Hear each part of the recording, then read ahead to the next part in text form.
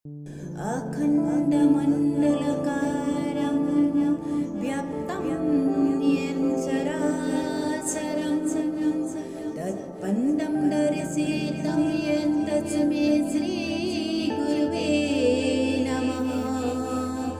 अखण्डमण्डलकारं व्याप्तं येन चराचरं तत्पदं दर्शितं येन तस्मै श्रीगुरुवे नमः। अखण्डमण्डलकारं व्याप्तं येन चराचरं तत्पदं दर्शितं येन तस्मै श्रीगुरुवे नमः। अखण्डमण्डलकारं व्याप्तं येन चराचरं तत्पदं दर्शितं येन तस्मै श्रीगुरुवे नमः। अखण्डमण्डलकारं व्याप्तं येन चराचरं तत्पदं दर्शितं येन तस्मै श्रीगुरुवे नमः।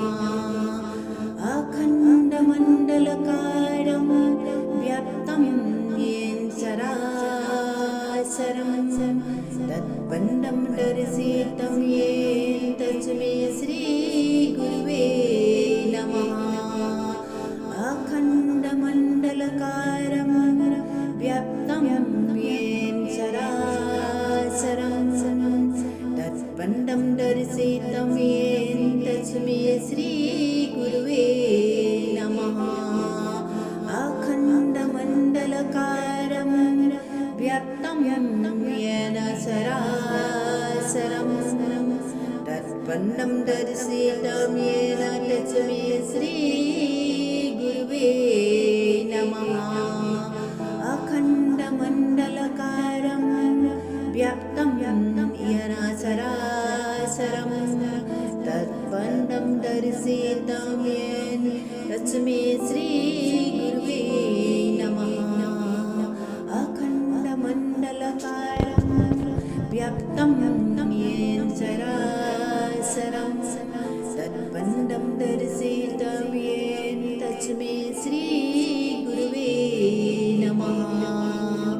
अखण्डमण्डलकारं व्याप्तं येन चराचरं तत्पदं दर्शितं येन तस्मै श्रीगुरुवे नमः।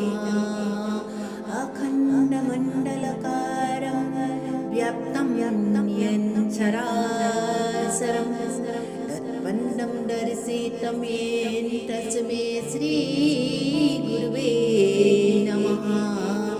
अखण्डमण्डलकारं व्याप्तं येन चराचरं तत्पदं दर्शितं येन तस्मै श्रीगुरुवे नमः। अखण्डमण्डलकारं व्याप्तं येन चराचरं तत्पदं दर्शितं येन तस्मै श्रीगुरुवे नमः।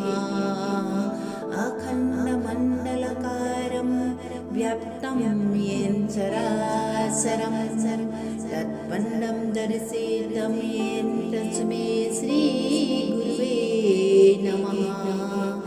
अखण्डमण्डलकारं व्याप्तं येन चराचरं तत्पदं दर्शितं येन तस्मै श्रीगुरुवे नमः। अखण्डमण्डलकारं व्याप्तं येन चराचरं तत्पदं दर्शितं येन तस्मै श्रीगुरुवे नमः। अखण्डमण्डलकारं व्याप्तं येन चराचरं तत्पदं दर्शितं येन तस्मै श्रीगुरुवे नमः।